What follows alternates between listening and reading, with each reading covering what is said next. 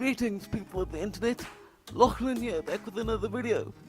Today's video is going to be somewhat of a rant, but I do think that the topic is quite important. Today I want you to know why denying disability is dangerous. When you grow up in South Africa with a disability, in my case quadriplegic cerebral palsy, you become a member of an isolated community.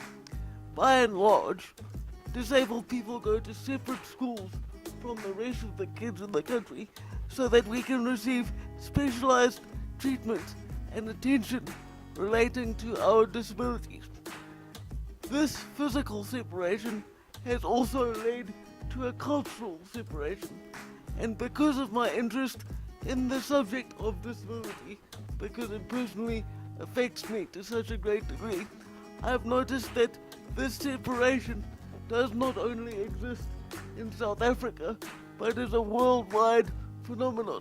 Generally speaking, physically normal people very seldom come into contact with the disabled on a daily basis, and therefore they are understandably awkward when interacting with someone like me.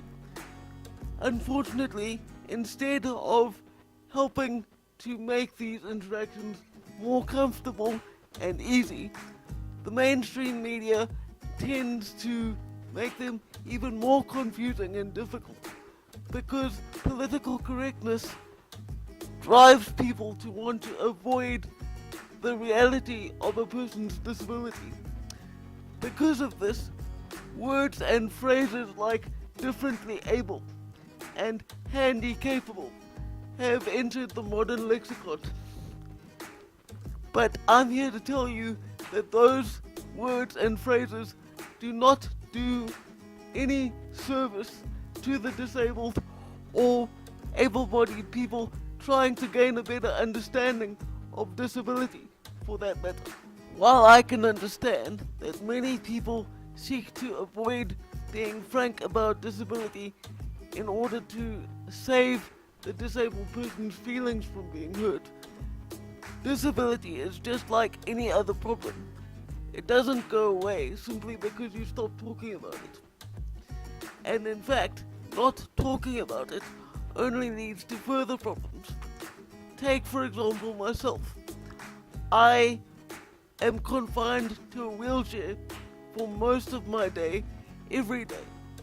If I have to go somewhere, particularly somewhere I've never been before, and someone doesn't understand what that means in terms of how it affects how I'm able to get around in this new place, it's going to be a nightmare when I get there. When dealing with disabled children, this type of avoidance has a much more dangerous side effect. If you are interacting with a disabled child and you insist to them that despite a very obvious disability, they are just like everyone else and can do everything else that everybody else can, you are in effect encouraging them to deny reality and to lie to themselves. Speaking as a disabled adult, I can tell you that this is a very harmful thing to do. If someone believes that their disability will not hamper them in daily life after they have become an adult, they are going to develop into a very resentful person when reality punches them in the face. Living with a disability is a very difficult thing to do, so it would be better for everyone to understand their limitations so that they are better able to cope with them in later life. Just to ensure that there is absolutely no confusion whatsoever, this does not mean telling disabled people that they will never be able to do anything meaningful. If you've watched my videos for any length of time, you'll know that the whole reason I make videos is to encourage people, able-bodied and disabled alike, to push their limits and challenge what they believe possible within themselves.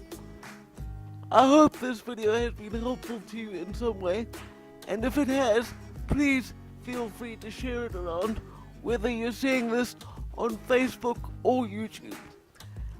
I think that this message would be of great help if it reached a wider audience. So again, please share it with anyone you feel might benefit from hearing it. Thanks, and have a great day.